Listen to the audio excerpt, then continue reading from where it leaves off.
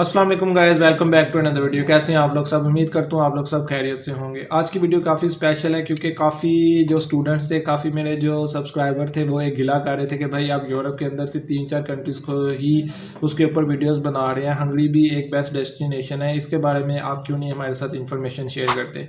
तो आज की वीडियो डिटेल इस बात पर है कि हंगरी एक ऐसी कंट्री है, इसकी वीज़ा रेशो क्या है, कितना एक्सपेंस आता है, किस तरीके से हम एडमिशन ले सकते हैं। तो डिटेल वीडियो जो है वो आज की हंगरी के ऊपर है, तो वीडियो के अंत तक ज़रूर देखिएगा क्योंकि आपके कहने पर ही भी मैं वीडियो बना रहा हूँ। तो वीडियो को लाइक और शेयर ज़रूर कीजिएगा ताकि मुझे ये कंफर्म हो जाए कि मेरी वीडियो जो है वो काफ़ी स्टूडेंट्स के लिए हेल्पफुल है, क्योंकि काफ़ी मैंने रिसर्च करने के बाद ही वीडियो बना रहा हूँ। तो इसमें यह है कि हंगरी भी जो है वो दूसरे यूरोप कंट्रीज़ की तरह शेंजन जोन में आता है, शेंजन जोन में आता है, सॉरी। अब इसमें है ये कि इसकी अगर हम बात करें तो काफ़ी मैंने इससे रिलेटेड जब इंफॉर्मेशन कलेक्ट की तो इसमें काफ़ी स्टूडेंट्स के साथ मेरी एक दो जो थे हंगरी के अंदर उनसे साथ बात भी हुई, तो उनके भी मैंने व्यूज़ लिए, तो उसके बाद मैं वीडियो शेयर कर रहा हूँ।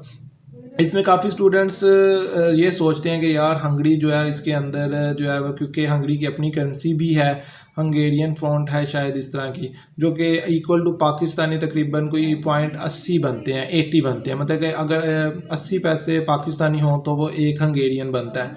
लेकिन आपको बताना ये चाहूँगा कि हंगरी के अंदर जितनी भी यूनिवर्सिटीज़, जितने भी कोर्सेज़ आपको ऑफ़र कर रही हैं, वो सारी की सारी जो फीसिस ली जाती हैं वो आपसे यूरो के अंदर ही उनकी सारी की सारी ट्रेड होती है, और वहाँ पर आप जितनी अर्निंग भी करते हैं वो भी कन्वर्ट होकर एज सच उसमें यूरो में ही चली जाती है, क्योंकि वहाँ पे जो नॉर्मली स्टूडेंट्स हैं वो तकरीबन 2000 से तकरीबन 30,000 35,000 जो हंगेरियन की ऑफिशियल करेंसी है उतने वो पर डे, यही जो हमारी जॉब्स हैं जिसमें फूड डिलीवरी से रिलेटेड जॉब्स हैं उसमें इतने पैसे वो कमा लेते हैं। तो वो कन्वर्ट करके वही इतने ही बनते हैं, 60-70 यूरो ही पर डे के बनते हैं। मीन्स कि अगर जो स्टूडेंट्स दूसरे यूरोपियन कंट्रीज़ के अंदर अच्छे तरीके से काम कर रहे हैं वही 1400 1500 या 1800 यूरो को कमाते हैं, वो हंगरी के अंदर भी कर सकते हैं। अब सवाल ये पैदा होता है कि हंगरी भाई अच्छी कंट्री क्यों है, बाकी कंट्रीज भी तो हैं इसमें। अब एक्चुअल में हंगरी इसलिए एक अच्छी कंट्री है क्योंकि हंगरी के अंदर आपको सबसे बड़ा जो आजकल स्पेशली पाकिस्तानियों के लिए भी और अदर कंट्रीज़ के लोगों के लिए भी इंग्लिश लैंग्वेज कोर्स एक बहुत बड़ा जो है ना वो जिन बना हुआ है। एक अमेरिका की तरह वो भी हमारे ऊपर नाज़िल ही हो चुका है कि हर जगह जाने के लिए जो है ना हमें वो लैंग्वेज कोर्स देना पड़ता है। तो हंगरी के अंदर सबसे बेस्ट चीज़ ये है कि ना मास्टर्स के लिए ना बैचलर के लिए आपको किसी किस्म के लिए किसी किस्म का कोई इंग्लिश लैंग्वेज कोर्स नहीं चाहिए। हाँ, अगर आपने किया हुआ है तो वेल एंड गुड, अगर नहीं भी किया हुआ तो डजेंट मैटर, आपका मीडियम ऑफ इंस्ट्रक्शन के ऊपर इजीली एडमिशन हो जाता है। और अगर किसी यूनिवर्सिटी ने, अब यहाँ पे ये भी स्टूडेंट्स कहेंगे भाई तो हमें कही जा रहे हैं कि भाई जी कुछ यूनिवर्सिटी ने रिक्वायरमेंट भी किया, तो वो भी बता देता हूँ भाई जिन यूनिवर्सिटीज़ ने रिक्वायरमेंट भी की है ना वो तो उनकी मैक्सिमम जो रिक्वायरमेंट है वो 5.5 आइट्स है। ठीक है, तो इतना आइट्स बंदे का मास्टर्स में आ ही जाता है रो धो के, तो इतनी कोई बड़ी बात नहीं है। नॉर्मली मतलब कि 80% इनकी यूनिवर्सिटीज़ ऐसी हैं जो कि आपसे ये आइट्स डॉक्यूमेंट्स जो है वो इस तरह का डॉक्यूमेंट कोई रिक्वायर नहीं करती। सिंपल अगर दूसरे डॉक्यूमेंट्स की बात करते हैं तो वही जनरल डॉक्यूमेंट्स हैं आपके मास्टर्स के, बैचलर के, इंटर के और मैट्रिक के। और अगर हम वेरिफिकेशन की बात करते हैं तो जैसे एज यूजुअल यूरोप के अदर कंट्रीज़ के अंदर आपकी वेरिफिकेशन रिक्वायर्ड है, उसी तरीके से आपके मैट्रिक इंटर की कंसर्न बोर्ड के बाद IBCC से, और बैचलर और मास्टर्स की जो है वो आपकी HEC से, और उसके बाद आपने सारे डॉक्यूमेंट्स को मोफा से टेस्ट करवाना है बस। इसमें किसी किस्म की ट्रांसलेशन की ज़रूरत नहीं होती, सिर्फ आपने डॉक्यूमेंट्स को मोफा से टेस्ट करवाना होता है। अच्छा, हंगरी के अंदर 2 से 3 चीज़ें थोड़ी सी डिफरेंट है, वो मैं आपको बता देता हूँ कि हंगरी के अंदर जो यूनिवर्सिटीज़ की एप्लीकेशन फीसिस हैं वो एज़ कम्पेयर टू इटली या अदर कंट्रीज़ थोड़ी सी ज़्यादा है। जैसे पुर्तगाल के अंदर या इधर जो है थोड़ी सी ज़्यादा है। इसमें नॉर्मल यूनिवर्सिटी की जो एप्लीकेशन फ़ीस है जो कि नॉन रिफंडेबल होती है वो तकरीबन आपकी 80 यूरो से लेकर 150 यूरो तक भी जाती है। बस इसमें फ़ायदा यह है कि इस कंट्री की एडमिशन रेशो भी 80 to 90% और वीज़ा रेशो भी इतनी है, और पाकिस्तान में इसकी एम्बेसी भी है। तो 100 या 150 यूरो तब खर्चें जब आपको पता है कि आपकी इस कोर्स के साथ कंपैटिबिलिटी भी बन रही है, रेलिवेंट भी आपसे कोर्स है, तो आपका एडमिशन 100% हो जाता है। रही बात मार्क्स की कितने परसेंट चाहिए, तो अगर कोई आपको बंदा ये कहता है जी 50% के साथ हो जाता है तो वो सरासर बकवास करता है, नहीं होता।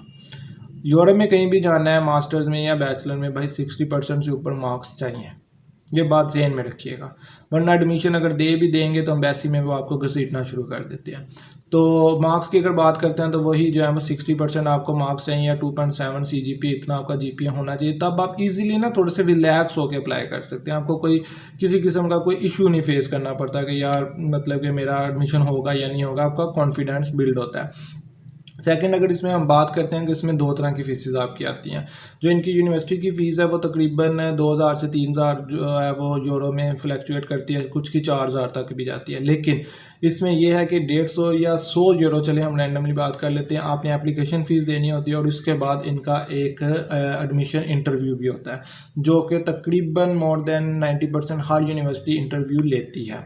ठीक है, कि चेक करने के लिए इंग्लिश कम्युनिकेशन बेसिकली आपकी, ठीक है, कंपैटिबिलिटी आपकी चेक करते हैं कि आप इंग्लिश में कम्युनिकेट कर सकते हैं, हमें सुन सकते हैं या नहीं सुन सकते। ठीक है, उसकी भी अलग से तकरीबन 100 या 150 यूरो फीस होती है। मतलब कि आपका एडमिशन के ऊपर तकरीबन 300 यूरो लग जाता है, इसमें कोई झूठ नहीं है, और ये सारा नॉन रिफंडेबल होता है। ठीक है, लेकिन इसमें ये सीन है कि जो इंटरव्यू होता है उसमें कोई रॉकेट साइंस नहीं होती। मैंने लिथुआनिया से रिलेटेड भी इंटरव्यू के ऊपर एक वीडियो शेयर की थी, सेम इसका भी वही इंटरव्यू होता है।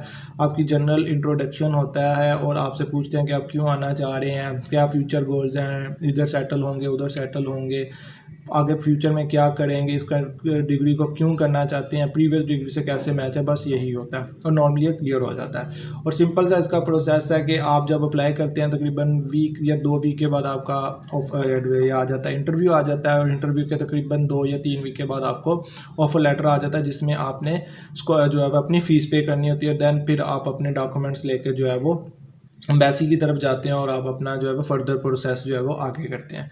तो एम्बेसी के डॉक्यूमेंट्स की बात करें तो वो भी सेम से ही डॉक्यूमेंट्स हैं, वही आपका ऑफ़र लेटर आपका आ जाता है। उसके अलावा अच्छा, इसमें एक चीज़ मज़ीद ऐड कर दूं माज़रत के साथ, कुछ स्टूडेंट्स ये भी कह रहे थे कि सुनने में मुझे आया था कि जी भाई हंगरी ने भी ब्लॉक अकाउंट शुरू कर दिया। ऐसा कुछ भी नहीं है भाई, कोई ब्लॉक अकाउंट शुरू नहीं हुआ। देखें, ब्लॉक अकाउंट का एक्चुअल में मीनिंग ये होता है कि भाई आपने वो पैसे डिपॉजिट करवा देने होते हैं और वो पैसे आपको इन रिटर्न वापस दिए जाते हैं। हंगरी ऐसा इस तरह का कोई स्कॉलरशिप ऑफर नहीं करता, जिसकी वजह से वो ब्लॉक अकाउंट रिक्वायर्ड नहीं करता। स्टेटमेंट आपसे रिक्वायर्ड करता है वही तकरीबन 7000 से 10,000 यूरो की।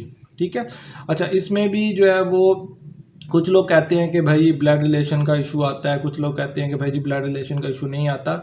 बेहतर यही है कि आप ब्लड रिलेशन को ही प्रेफर करें। इसमें इटली की तरह इतनी छानबीन नहीं होती कि पैसे कहाँ से आए, 6 महीने मिच्योर रखें, फलां रखें, इस तरह कोई नहीं है। 3 महीने मिच्योर स्टेटमेंट होनी चाहिए और कोशिश ये करें कि ब्लड रिलेशन ही हो। हाँ, अगर अंकल चाचा मामू दाया भी है तो यार वो चल जाती, इतनी कोई रॉकेट साइंस नहीं है। सिर्फ जस्टिफाइएबल होनी चाहिए, टैक्स रिटर्न होने चाहिए और सोर्स ऑफ इनकम जस्टिफाई होना चाहिए, तो चल जाता है। बाकी आपका एडमिशन लेटर आ जाता है, आपकी CV आ जाती है, पासपोर्ट आपका आ जाता है और आपकी स्टेटमेंट आ जाती है। बस यही चीज़ें हैं जो कि आपने उसमें लेकर जानी होती है। बाकी तस्वीरें आ जाती हैं, डॉक्यूमेंट्स की कॉपियाँ आ जाती हैं। बस सिंपल सा ये इनका प्रोसेस है। तो ये थी आज की डिटेल वीडियो हंगरी से रिलेटेड, क्योंकि काफ़ी स्टूडेंट्स कह रहे थे भाई इससे भी रिलेटेड कुछ इन्फॉर्मेशन जो शेयर कर दिया करो। तो मेरी कोशिश यही होती है कि मैं जब भी कोई इन्फॉर्मेशन शेयर करूँ कम अज़ कम वो ऑथेंटिक हो, तो मैं तब भी करूँ। तो मैं वर्किंग करने के बाद ही इन्फॉर्मेशन शेयर करता होता हूँ, तो इसलिए थोड़ा सा टाइम लग जाता है। तो उम्मीद करता हूँ कि काफ़ी इन्फॉर्मेटिव आपके लिए ये वीडियो रही होगी, और वीडियो को लाइक और शेयर ज़रूर कर दीजिएगा। तो इंशाल्लाह मेरी नेक्स्ट वीडियो जो है वो हंगरी के एक यूनिवर्सिटी के ऊपर भी मैं आपके साथ शेयर करूँगा कि आप किस तरीके से अपना प्रोसेस कर सकते हैं। तो इंशाल्लाह मिलेंगे नेक्स्ट वीडियो में मज़ीद इन्फॉर्मेशन के साथ। टिल देन अल्लाह हाफिज़।